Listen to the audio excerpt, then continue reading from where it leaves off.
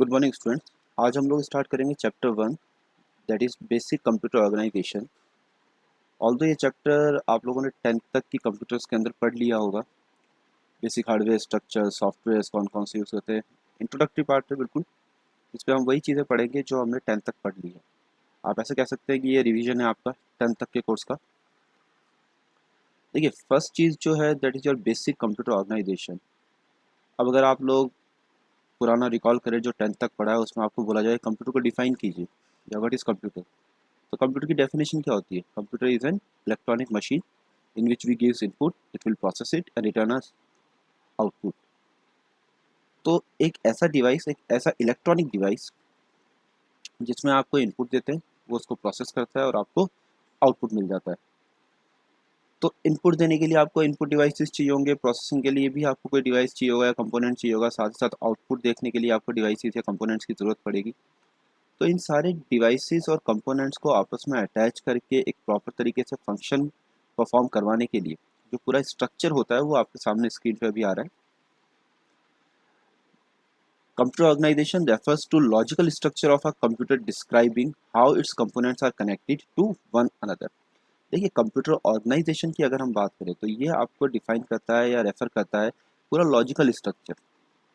Logical structure आपके सामने बना हुआ है। लॉजिकल स्ट्रक्चर है जो डिस्क्राइब करता है कि कैसे सारे कंपोनेंट्स आपस में कनेक्टेड होंगे, how they affect one another's functioning and contribute to overall performance of the computer. कैसे ये कंपोनेंट्स एक दूसरे की परफॉर्मेंस को अफेक्ट करेंगे और कैसे ये आपको एक पूरा आउटपुट जनरेट करके देंगे। देखिए, computer follow the IPO principle. यहाँ पे क्या लिखा है? इनपुट, फिर arrow process and then output.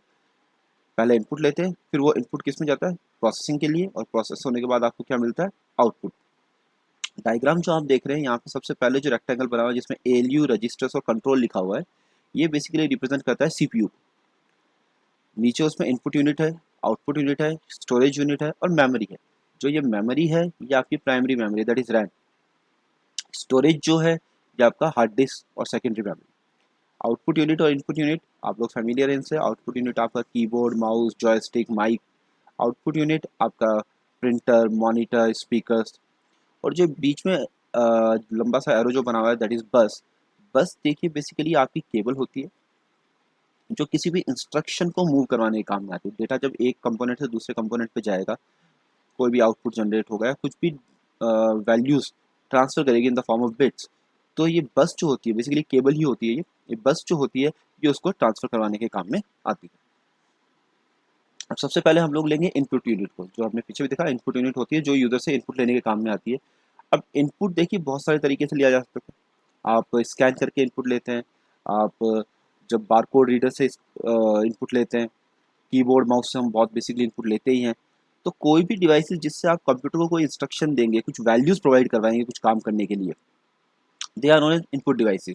अब देखिए, जो भी इनपुट डिवाइस वैल्यू लेगा वो सिर्फ और सिर्फ बाइनरी की फॉर्म में लेगा। बाइनरी कैसा? 0 और 1। आप अपने कीबोर्ड से की प्रेस कर देते हैं ABC जो भी है, बट कंप्यूटर इन ABC 1 2 3 को नहीं समझता है। कंप्यूटर सिर्फ और सिर्फ किसको समझता है? 0 और 1 को। देखिए, हमने डिफाइन किया था जब कंप्यूटर को, तब भी ये चीज़ कही थी, computer is an electronic device in which we gives input and it will process it. तो जो भी इलेक्ट्रॉनिक डिवाइस होता है बेसिकली, अगर आप अपने घर पे भी देखिए कोई इलेक्ट्रॉनिक डिवाइस होगा, लाइक आपका रेफ्रिजरेटर है, टीवी है, AC है, फैन है, इन सभी इलेक्ट्रॉनिक डिवाइसेस के सिर्फ दो ही स्टेट होते हैं, either ऑन और ऑफ। बात समझ में आई? या तो वो डिवाइस ऑन होगा या वो डिवाइस ऑफ होगा। तो जब वो डिवाइस ऑन बोला जाएगा दैट टाइम उसका सिग्नल होता है 1, और जब वो डिवाइस ऑफ होता है तो दैट टाइम उसका सिग्नल होता है 0। क्योंकि कंप्यूटर एक इलेक्ट्रॉनिक्स डिवाइस है तो यहाँ सारी चीज़ जो है इलेक्ट्रिसिटी के सिग्नल्स पे ही काम करती है, 0 और 1। दैट्स वाई कंप्यूटर सिर्फ क्या समझता है? बाइनरी, 0 और 1। और इस 0 और 1 को हम लॉजिकल वैल्यूज के साथ भी मर्ज करते हैं। 1 रिप्रेजेंट फॉर ट्रू एंड 0 रिप्रेजेंट फॉर फॉल्स, जो आगे आप लोग पढ़ेंगे। अब यहाँ एक एग्जाम्पल लिया हुआ है, एड 2 and 3। देखिए, एड 2 and 3 जो है ये हमने एक इनपुट दिया, कंप्यूटर से हमें काम करवाना है। इसमें 2 and 3 जो है वो है डेटा, और ऐड जो है वो है क्या? इंस्ट्रक्शन। तो हमने कंप्यूटर को इनपुट दिया कि भैया 2 and 3 को ऐड कीजिए, तो ऐड आपका हो गया क्या? इंस्ट्रक्शन। 2 and 3 क्या हो गया? आपका data. Next you have output unit. देखिए, आउटपुट यूनिट, इनपुट आपने दिया, प्रोसेसर ने उसको प्रोसेस किया, सीपीयू ने उसको प्रोसेस किया, and you will get output. अब उस आउटपुट को वापस ह्यूमन अंडरस्टैंडेबल फॉर्म में कन्वर्ट करना पड़ता है। देखिए आपने जो इनपुट दिया था वो आपने जिस फॉर्म में दिया था वो आप उसको समझ सकते थे, ह्यूमन अंडरस्टैंडेबल फॉर्म था वो। कंप्यूटर ने उसको वापस कन्वर्ट किया बाइनरी के अंदर, कंप्यूटर बाइनरी समझता है, उसको कन्वर्ट किया बाइनरी में ही उसने उसको ऑपरेशन को परफॉर्म किया, आउटपुट जनरेट किया। अब जो आउटपुट आया है वो भी बाइनरी फॉर्म में ही है, बट बाइनरी फॉर्म में आपको समझना ईजी नहीं होता। तो अब आउटपुट डिवाइस की रिस्पॉन्सिबिलिटी बनेगी, वो उस बाइनरी फॉर्म को वापस कन्वर्ट करेगा किसमें, ह्यूमन अंडरस्टैंडेबल फॉर्म में, इंग्लिश में या जो भी लैंग्वेज आपका पीसी यूज कर रहा है उसमें। नेक्स्ट होता है आपका CPU, brain of the computer. CPU अगर आपसे पूछे कि क्या होता है, तो जो मशीन आप कंप्यूटर आपके घर पे देखते हैं उसको जो कैबिनेट जो होता है उसके अंदर जिसे आप प्रोसेसर कहते हैं दैट इज सीपीयू। प्रोसेसर जो होता है that is CPU, central processing unit, जिसका पूरा काम जो होता है वो प्रोसेसिंग के लिए होता है।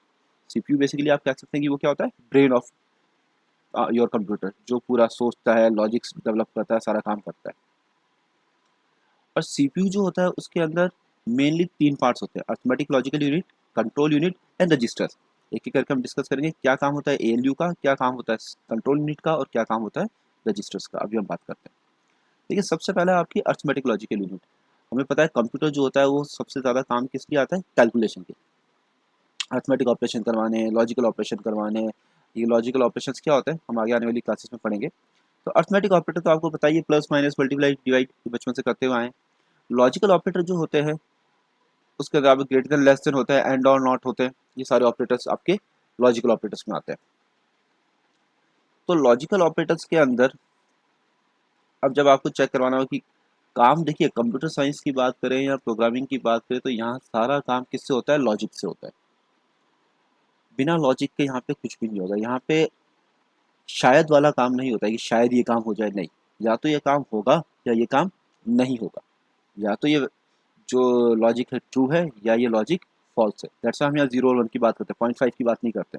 लॉजिक मीन्स या तो ट्रू या फॉल्स, बीच की वैल्यू नहीं होगी। काम होगा तो ट्रू, नहीं होगा तो false. That's why it is known as arithmetic logical unit. यहाँ अर्थमेटिक ऑपरेशन होंगे as well as logical calculation भी हम यहाँ पे करेंगे, किसके अंदर, सीपीयू के अंदर। मैं अगर पढ़ देता हूँ, the ALU perform all the four arithmetic and some logical operations. When two numbers are required to be added, these numbers are sent from memory to ALU. जब दो नंबर्स को ऐड करना तो मेमोरी से कहाँ आएंगे, ALU के पास आएंगे, जिसका काम कैलकुलेशन वगैरह का है। Where addition takes place and the result is put back in the memory. अब जब रिजल्ट आ जाएगा, जब वो एडिशन हो जाएगा, वो एडिशन होके वो आउटपुट वापस कहाँ जाएगा, मेमोरी के अंदर जाएगा। For logical operation also, the numbers to be compared are sent from memory to ALU. The comparison take place and the result is returned to the memory. Same here. दो values का अगर आपको logical operation करवाना है तो दोनों values memory से उठा के एलयू में लाई जाएगी, वहाँ पर उनका लॉजिकल ऑपरेशन कराया जाएगा। अगर ट्रू या फॉल्स उनका आंसर आएगा, जो भी आंसर आता है वो वापस मेमोरी में सेव करा दिया जाएगा, जिनको हम बाद में डिसीजन मेकिंग में यूज ले सकते हैं। अगर ट्रू है तो डिसीजन ट्रू हो जाएगा आपका, जिसको हम फॉलो कर सकते हैं, फॉल्स है तो डिसीजन फॉल्स हो जाएगा। नेक्स्ट आपके पास आता है कंट्रोल यूनिट। देखिए कंट्रोल यूनिट बेसिकली आपका पूरा सुपरवाइज करवाने के काम में आता है। कौन सा कंपोनेंट वैल्यू लेगा, किसको पास करेगा, कैसे कैलकुलेशन करेगा, ये सारा काम किसका होता है, कंट्रोल यूनिट का। तो the control unit controls and guide the interpretation, flow and manipulation of the data and information. देखिए पूरा इंटरप्रेट करवाता है, फ्लो ऑफ डेटा कहाँ से निकल के कहाँ जाएगा, इनपुट लेना है, प्रोसेस करवाना है, आउटपुट है, कौन सा डिवाइस यूज होना है, ये सारा काम किसका होता है, कंट्रोल यूनिट का। The control unit send control signals until the required operation are done properly by ALU and memory.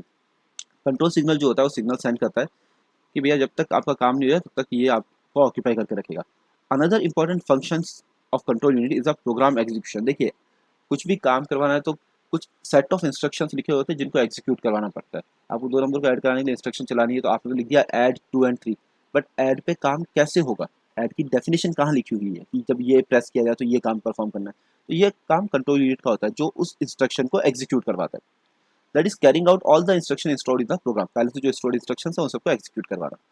The control unit gets program instruction from memory and execute them one after the other. अगर आपने बहुत सारी instruction लिखी है तो ये one by one instructions को उठाएगा, एग्जीक्यूट करेगा और उनको मेमोरी में सेव करता रहेगा।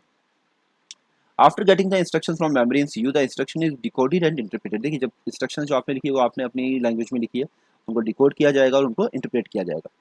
Then the asked operation is carried out, जो ऑपरेशन आपने बोला वो परफॉर्म किया जाएगा। After the work of this instruction is completed, control unit send signal to memory to send the next instruction in sequence to control unit. जब एक instruction आपने execute कर दी, उसका आउटपुट जनरेट हो गया, उसको आपने मेमोरी में रख दिया, देन कंट्रोल यूनिट वापस सिग्नल भेजेगा मेमोरी को कि भैया ठीक है नेक्स्ट इंस्ट्रक्शन हमें दो, उसको वो एग्जीक्यूट करके फिर नेक्स्ट पे जाएगा। The control unit even control the flow of data from input device to memory and the memory to output device. सही है, कंट्रोल यूनिट पहले इनपुट डिवाइस से डेटा या इंस्ट्रक्शंस लेगा, वो मेमोरी में सेव करेगा, मेमोरी से लेकर उसे प्रोसेस करेगा, प्रोसेस करके वो आउटपुट डिवाइस की ओर उसको मूव करेगा।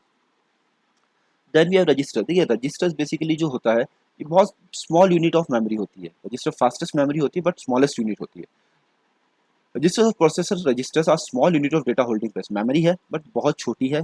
The CPU uses registers to temporary hold some important processing information during the time. ठीक है, मेमोरी हार्ड डिस्क भी होती है, रैम भी होती है जो स्टोर करता है, पर वो थोड़ी साइज में बड़ी होती है। प्रोसेसर के साथ जो उसकी इंटरनल मेमोरी होती है वो आपके रजिस्टर्स होते हैं। फास्टेस्ट मेमोरी होती है पर बहुत शॉर्ट होती है, तो आप ज़्यादा रजिस्टर्स नहीं लगा सकते क्योंकि कॉस्टली पड़ता है। सीपीयू में store some part of data और सम मेमोरी एड्रेस और some instruction in its processor register. CPU जो होता है वो इस प्रोसेसर रजिस्टर या रजिस्टर्स को यूज़ करता है मेमोरी की इंस्ट्रक्शंस के एड्रेस स्टोर करने के लिए, या कोई मेमोरी में वैल्यूज़ पड़ी है उनका एड्रेस स्टोर करने के लिए, जहाँ से उसको डेटा उठाना है, तो इस काम में क्या आते हैं, रजिस्टर्स आते हैं। अब आपकी आती है मेन मेमोरी, जिसे आप प्राइमरी मेमोरी भी कहते हैं, जो आपका रैम रोम जो होता है। अब सीपीयू आपका ब्रेन होता है जो सारे काम करवा रहा है, पर मेमोरी जो है वो स्टोरेज के काम में आती है। तो CPU computer also have memory unlike human memory. देखिए आप ह्यूमन मेमोरी जो होती है उसमें एक बार जो चीज़ स्टोर हो जाती है वो आपके पास लॉन्ग टाइम तक रहती है, बट यहाँ पे ऐसा नहीं है। अनलाइक ह्यूमन मेमोरी, सिस्टम की जो मेमोरी है प्राइमरी मेमोरी, ये वैल्यूज़ को रिटेन नहीं करती है। आप जैसे सिस्टम को स्विच ऑफ करेंगे मेमोरी वॉश आउट हो जाएगी। दैट इज़ वॉलेटाइल नेचर है इसका। The memory of computer is like a predefined working place where it temporary keep information and data to facilitate the performance. Memory जो primary memory है वो एक ऐसी temporary memory होती है जो हार्ड डिस्क से डेटा उठाती है, अपने पास स्टोर करती है टेम्परेली, जब तक प्रोसेसर उससे मांगता है, प्रोसेसर को देती है, प्रोसेसर उसको एग्जीक्यूट करता है। तो फास्ट, देखिए हार्ड डिस्क की स्पीड और प्रोसेसर की स्पीड में बहुत मिसमैच होता है। हार्ड डिस्क स्लो होती है और प्रोसेसर बहुत फास्ट काम करता है।